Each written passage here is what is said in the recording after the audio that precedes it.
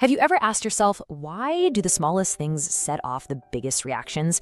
You're in that moment right after an outburst you already regret, and you're just thinking, where did that even come from? It feels like a glitch, right? A personal failing. But what if I told you it's not a flaw? What if it's actually a feature, a 2-second survival shortcut your brain is using to protect you from an old memory? In this explainer, we're going to show you exactly what that shortcut is, why your brain built it in the first place, and most importantly, how to stop the cycle and get back in the driver's seat. That feeling is just so disorienting, isn't it? One minute, you're fine, you're having a totally normal conversation. The next, a seemingly innocent comment from your partner, or maybe just the way a coworker glances at their phone while you're talking, and boom. It's like a 5-alarm fire goes off inside your nervous system. The reaction feels completely out of proportion to what just happened, because it is. But here is the absolute key.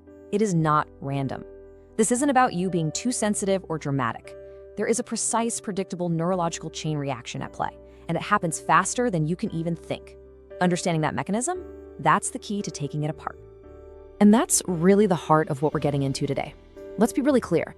This isn't about a lack of willpower. It's not about some deep character flaw. This is about your brain's ancient, hardwired survival system. Think of it like a loyal but slightly clueless bodyguard. A bodyguard that's working off a really old, grainy photograph of a threat that probably isn't even relevant to your life anymore. It's doing its job. It's just doing it a little too well based on some very old intel. So we're gonna map that system out for you, step by step, and then give you the tools to gently and respectfully update its instructions. Let's dive in. Okay, so before we get into the nuts and bolts of the brain science, let's just start by validating the experience itself. Because when you're in the middle of it, it can feel so chaotic and isolating, like you're the only person on Earth who loses control this way. But this experience of being hijacked by your own emotions, it is incredibly common. It even has a name. It's called an amygdala hijack, or emotional hijacking. Let's talk about what that really truly feels like. Let's just walk through this, because I bet it sounds familiar.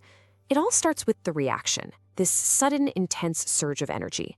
For some of us, that's a flash of white-hot anger, a sharp comment that just flies out of your mouth. For others, it's the exact opposite, a complete and total shutdown.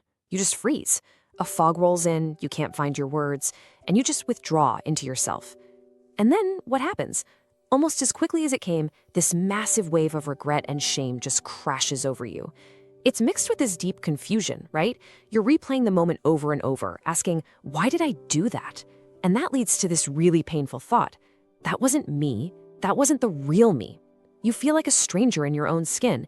And when this happens enough, it can lead to this deeply unsettling feeling that you're emotionally unreliable, even to yourself. You start walking on eggshells around your own feelings, terrified of what might set you off next. And this isn't just happening inside your head. It has huge, real-world consequences. Internally, our confidence just plummets. We start to doubt ourselves, our ability to handle a tough conversation, to be a stable partner or a good parent. But externally, this cycle can be absolutely devastating to our relationships. The people we love the most often get a front-row seat to these reactions. Imagine your partner shuts down every single time you try to talk about money. The first time, you're patient, but the 10th time, you just stop trying. You start walking on those eggshells. You avoid the topic, not because the issue is gone, but because the emotional blowback is just too much to handle. And that is how intimacy and trust slowly erode. Not in one big fight, but in 1,000 tiny moments of these unpredictable reactions. Now here's what's so validating. This isn't just a feeling. An emotional hijacking is a real, measurable, physiological event. The moment you're triggered, your body is flooded with stress hormones like cortisol and adrenaline. And this is a massive energy drain on your brain. Think of your prefrontal cortex, the logical, sophisticated CEO of your mind, right behind your forehead, as running on a budget. The stress response of a trigger is like a building-wide emergency that diverts all power from the executive offices straight to the basement security system. That is why, in that moment, you literally cannot think straight. Your patience is gone. Your ability to see the other person's point of view vanishes. You are, in a very real sense, neurologically offline. Okay, so if this is a real, physical event, what is actually happening inside our heads to make it so fast and so powerful? Well, this brings us right to the core mechanism, this lightning-fast loop in your brain that completely bypasses your conscious mind. It's a shortcut designed for pure survival, and the whole thing unfolds in less than 2 seconds. This 4-step process, is the key to unlocking everything. It's an ancient and honestly brilliant piece of evolutionary design. It happens so incredibly fast that most of us only become aware of it at step 3, when we're already in the middle of reacting. So we're going to walk through each of these steps because understanding this sequence is how you find the space to finally interrupt it. And it all begins with something surprisingly small. So this is step 1, this sensory input. And right away, this is where we get it wrong. We think the trigger was the argument about the dishes, but it wasn't. The actual trigger is way more subtle. It's a tiny fragment of sensory data. It might be the slight sigh your partner makes before they start talking. It could be the way your boss uses a specific phrase in an email. It could even be a look of disappointment on a friend's face that just happens to mirror a look you saw 1,000 times as a kid. Your conscious mind might not even clock it, but your nervous system absolutely does. It's like a tiny specific key that unlocks a huge emotional door. So once that tiny key, that sensory input, enters your brain, it gets routed down an express lane straight to your amygdala. Now think of the amygdala as your brain's smoke detector. Its only job is to ask one incredibly simple question. Is this familiar? Does this look, sound, or feel like something that has hurt me in the past? It has zero interest in context. It doesn't care that your partner's just tired and their sigh meant nothing. It's just a raw pattern matching machine. It scans this huge library of all your emotionally charged memories, which are stored as feelings, not stories. And if it finds even a partial match, it yanks the fire alarm. And this is step 2. It happens in milliseconds, long before your rational brain even gets the memo. And the second that alarm gets pulled, we're immediately in step 3, the primitive survival response. Your body is now primed for what it perceives as a mortal threat. This isn't a choice, it's a reflex. Fight is the obvious one. You lash out, you get defensive, you raise your voice. Flight is that overwhelming urge to just get out of there, literally leaving the room, ending the call, or just emotionally checking out. Freeze is when you just shut down. Your mind goes blank, you can't think, you feel numb, like you're watching your life from a distance. And then there's fawn, which is more subtle. It's where you immediately try to appease the threat. You drop your own needs, you apologize for things you didn't do, you just agree with everything to make that dangerous feeling go away. Chances are, one of these is your go-to response.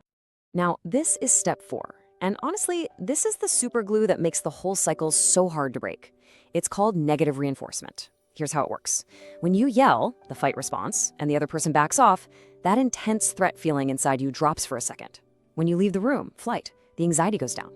When you shut down, freeze, you don't have to feel that overwhelming emotion. And your brain, in its simple mission to protect you, makes a note. Hey, that worked. That behavior, even if it caused problems later, it made the immediate pain stop. Let's do that again next time. And every single time we do it, that neural pathway gets deeper and more defined, like a hiking trail that turns into a trench over time. The loop is now sealed. So why on earth does this happen so fast? This slide shows it perfectly. Your brain has 2 processing paths, 2 roads to the same destination. The low road is the direct, unpaved survival highway. Sensory data comes in and gets shot straight to the amygdala. It's all about speed over accuracy. Because for our ancestors, a false alarm about a tiger in the bushes was a way better outcome than being too slow. The high road is the modern, paved, scenic road. Data goes up to your prefrontal cortex, the logical CEO. This road prioritizes accuracy. The CEO asks, hold on, is this really a threat? What's the context here? But this road is much, much slower. The emotional hijacking happens because the low road has already triggered the fire alarm and dispatched the trucks before the high road's traffic report has even been printed. All right, so now we get the how, but we really need to dig into the why, because it can really feel like your brain is working against you, like there's an enemy inside your own head. But the truth is, the part of your brain causing all this chaos is actually trying to protect you with a fierce, unwavering loyalty. The problem isn't its motive, it's that it's working off some seriously old information. This right here is the brain's prime directive, its most fundamental rule, survival primacy. And from an evolutionary standpoint, it's genius. Our ancestors on the savannah didn't have time to sit and reflect on whether that shadow was a lion or just a weird-looking rock.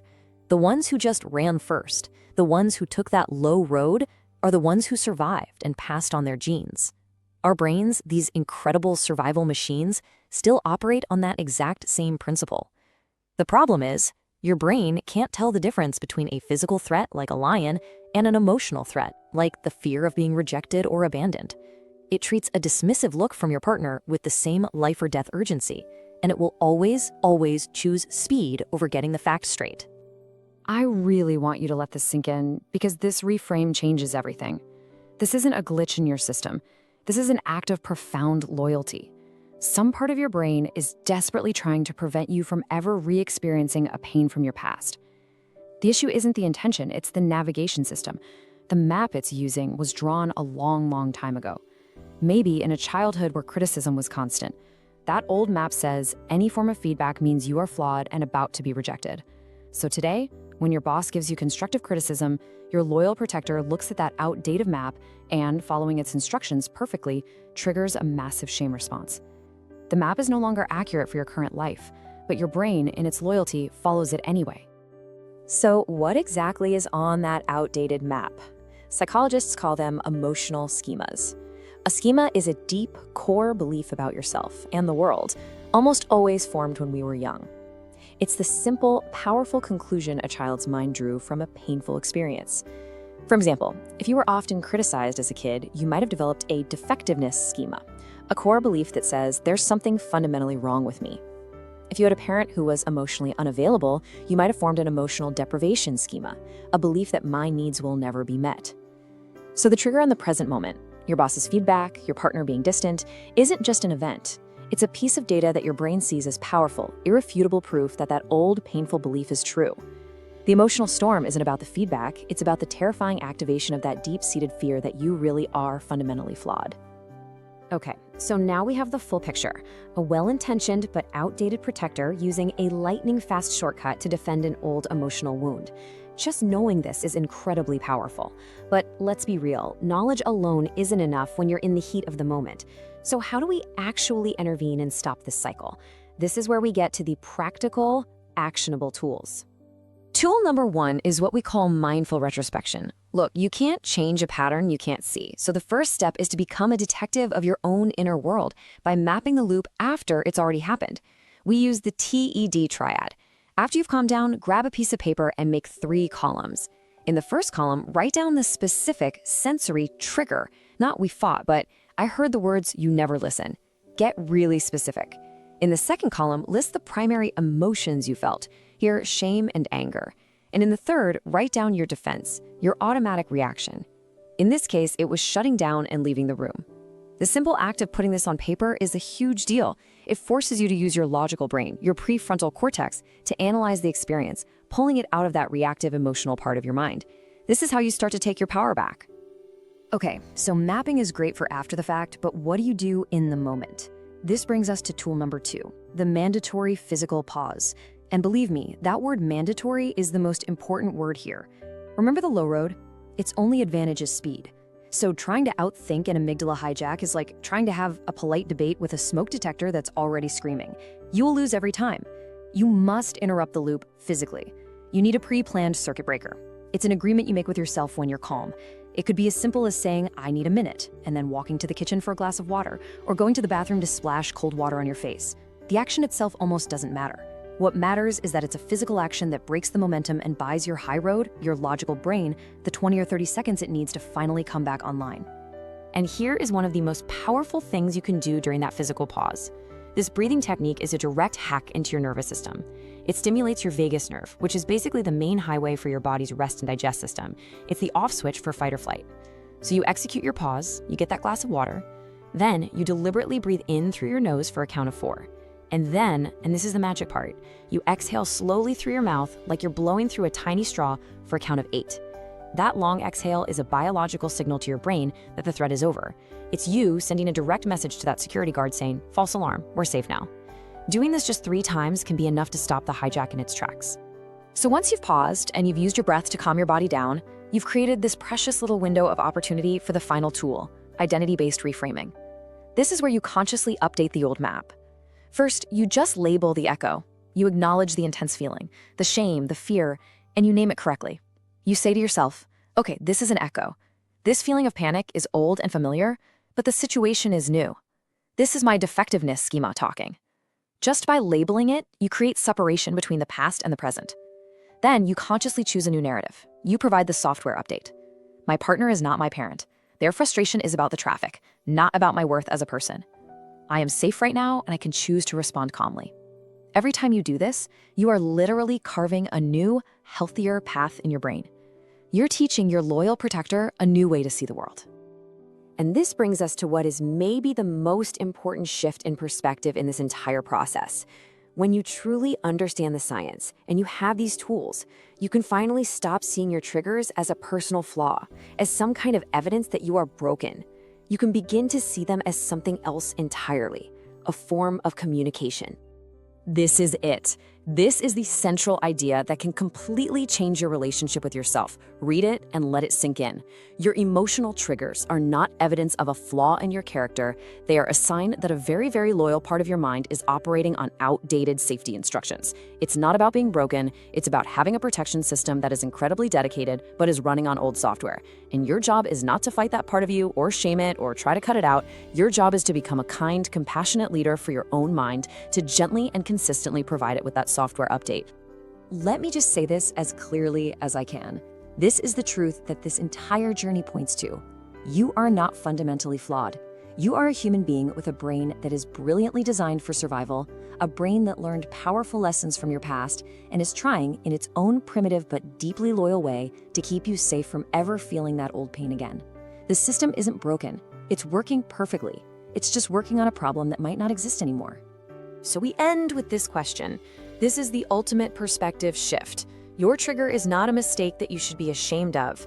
It is a communication. It's a clue from your inner world, a messenger sent from your past, pointing with perfect accuracy to an unhealed wound, an unmet need, or an old belief that is simply ready to be updated. So instead of asking, what is wrong with me, the next time you feel that familiar wave start to rise, I want you to get curious. Ask a new question. What is this feeling really about? What is this loyal protector trying so hard to shield me from?